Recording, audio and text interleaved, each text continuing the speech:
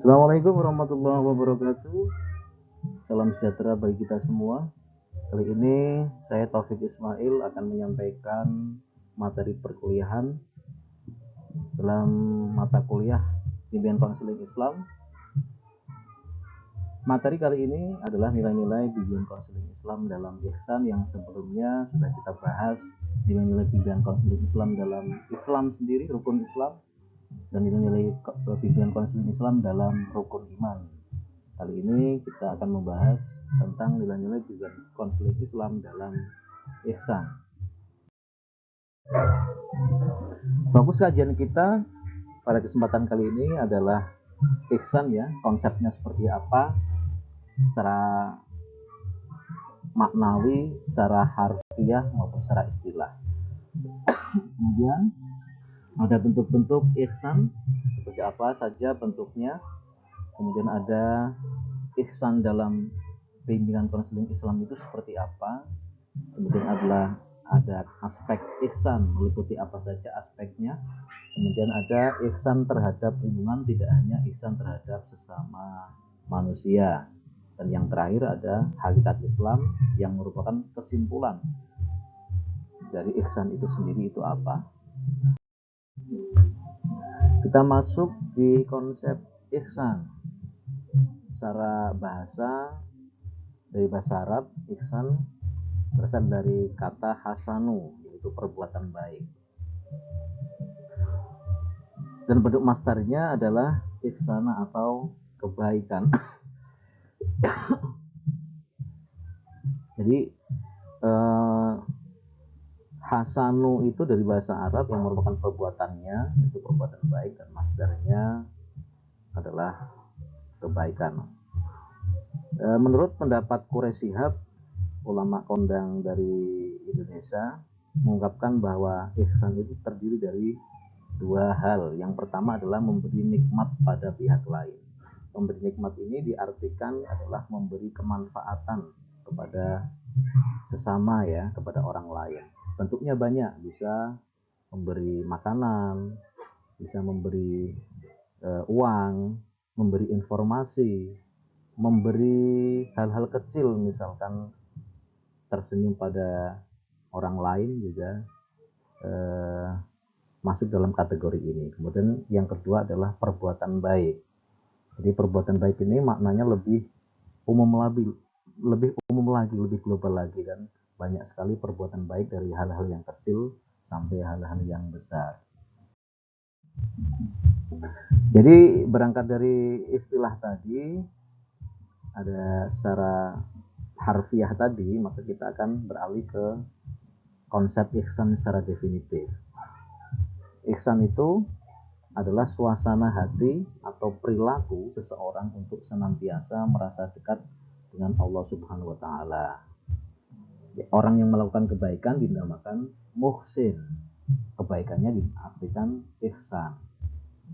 Yaitu orang yang berperilaku dan ucapannya atau akhlaknya selalu diridhoi Allah karena menyenangkan manusia, atau dalam arti menyenangkan ini dalam hal yang positif, memberikan kemanfaatan, memberikan kebaikan kepada manusia lain.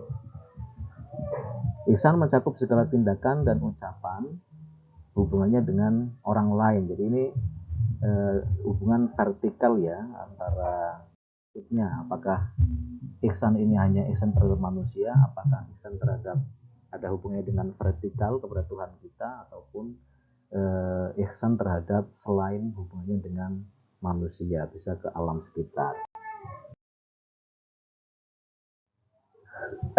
Kita beralih ke aspek ihsan.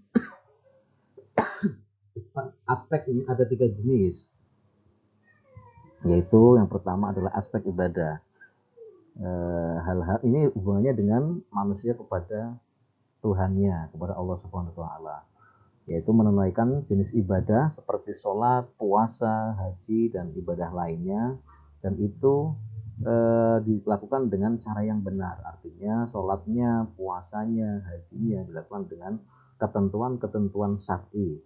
Ada rukunnya, ada syaratnya yang harus dijalankan. Misalkan nih sholat nggak dilakukan dengan benar, misalnya hanya sholat saja, kemudian tidak pakai wudhu, maka sholatnya tidak sah, tidak dilakukan dengan cara yang benar.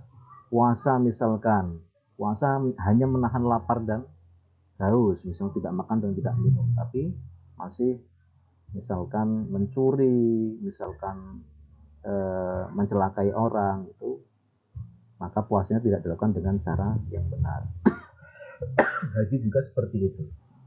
Jadi ibadah itu tidak hanya dilakukan dengan ibadah, sholat itu dilakukan dengan sholat saja, dengan gerakannya saja. Puasa dengan tidak, dengan menahan lapar dan haus saja. Haji tidak dilakukan secara ritual saja, tetapi dia dilakukan dengan cara dan ketentuan yang sudah diberlakukan dalam pedoman Al-Quran dan hadis. Itu cara yang benar menurut syariat. Kemudian ada yang kedua, muamalah. Muamalah ini hubungannya dengan sesama manusia. Misalkan ada dalam surat An-Nisa ayat 36 yang artinya sembahlah Allah dan janganlah kamu menduakan Allah dengan sesuatu apapun, dan berbuat baiklah kepada orang tua, ibu, bapak, karib, kerabat, anak, tetangga yang dekat maupun yang jauh, ataupun sesama teman sebaya. Jadi konteksnya menyembah Allah itu nanti diteruskan dengan berlaku baik terhadap sesama. Ada berbakti kepada orang tua, misalnya seperti apa, kemudian tidak menyangkal atau tidak berbuat jahat, kemudian berbuat baik kepada tetangga, kerabat, dan lain sebagainya. Itu bentuk muamalah. Kemudian yang terakhir adalah akhlak. Akhlak di sini merupakan buah ibadah dan muamalah. Jadi indikator ibadah seseorang itu baik, muamalah seseorang itu baik, maka bisa dilihat dari akhlaknya. Ada tuh yang kemudian ibadahnya bagus, sholat ke masjid rutin, tidak pernah meninggalkan jamaah, puasanya juga rutin, sampai hajinya juga dilaksanakan, tapi itu tidak menjamin bahwa akhlaknya itu bagus. Ini ada masalah berarti di situ. Karena ibadah yang baik itu nanti akan memberikan dampak yang baik pula bagi muamalah maupun akhlaknya ini. Bisa dilihat dari akhlaknya, perbuatannya seperti apa, ucapannya seperti apa. Itu bisa dijadikan tolak ukur apakah ibadah itu bagus atau muamalah itu bagus atau tidak.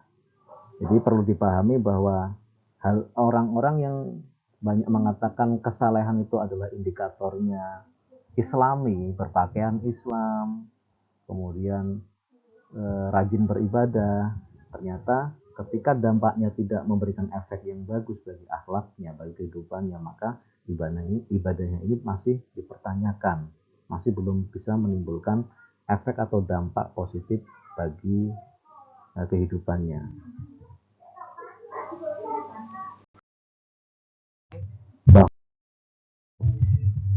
Manusia itu tidak hanya perlu melakukan kebaikan terhadap sesama, tetapi ia abai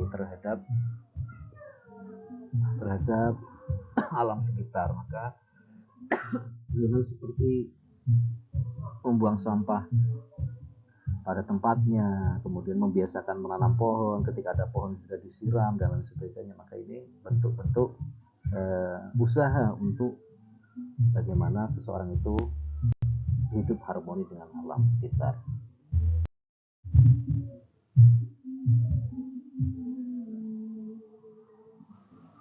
Kesimpulannya adalah ihsan adalah puncak ibadah dan akhlak yang senantiasa menjadi target atau tujuan seluruh hamba Allah, seluruh manusia, karena ihsan menjadikan seseorang itu mendapat kemuliaan.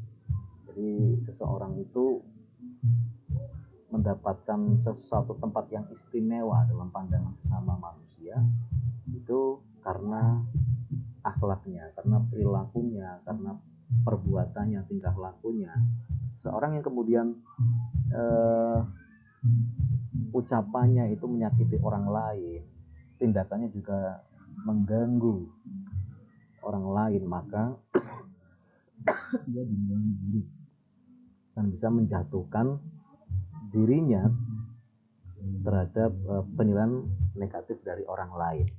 Ini hubungannya nanti dengan mindset seseorang dalam memandang diri kita, apakah kita jadi mulia atau tidak. Yang penting dalam ihsan ini sebetulnya bagaimana seseorang dalam melaksanakan ihsan ini tidak bertujuan untuk dipuji orang lain, tidak mendapatkan sanjungan orang lain, tapi ihsan ini ditujukan untuk bagaimana kita meniatkan kebaikan itu dikarenakan Allah, karena perintah Allah dalam salah satu ayatnya yaitu wa ta'awanu 'alal birri wat taqwa, berbuatlah baik kalian terhadap sesama, kemudian dalam urusan takwa. Jadi berbuat baik itu memang dianjurkan dalam agama Islam. Jadi lebih-lebih bahwa kita perlu menyadari kebaikan itu nanti akan efeknya akan berbalik kepada diri kita sendiri. Jadi barang siapa yang menanam kebaikan, maka dia akan manfaatnya bagi dia sendiri. Begitu pula sebaliknya, barang siapa yang menanam keburukan, maka juga kemudorotannya adalah bagi dia sendiri. Jadi dalam ungkapan Jawa itu juga ada ngunduh woing pakerti. Jadi siapa yang menanam, dia akan berpotensi untuk menuai. Jadi ada hukum tabur tuai. Jadi ihsan di sini perlu disadari bahwa melakukan ihsan itu semata karena Allah Subhanahu wa taala, karena Tuhan. Jadi untuk mendapatkan ridho darinya. Sekecil apapun perbuatan ihsan itu, misalkan hanya menyingkirkan duri yang kita lihat di pinggir jalan misalkan, supaya tidak melukai orang lain, maupun hanya sebatas kita menegur, menyapa pada tetangga, kepada orang-orang dekat kita, itu hal-hal yang kecil. Maka hal-hal yang kecil ini ketika dibiasakan nanti akan menjadi karakter kita, akan menjadi kebiasaan kita, yang itu nanti akan melekat dalam diri kita. Demikian yang bisa saya sampaikan pada pertemuan kali ini.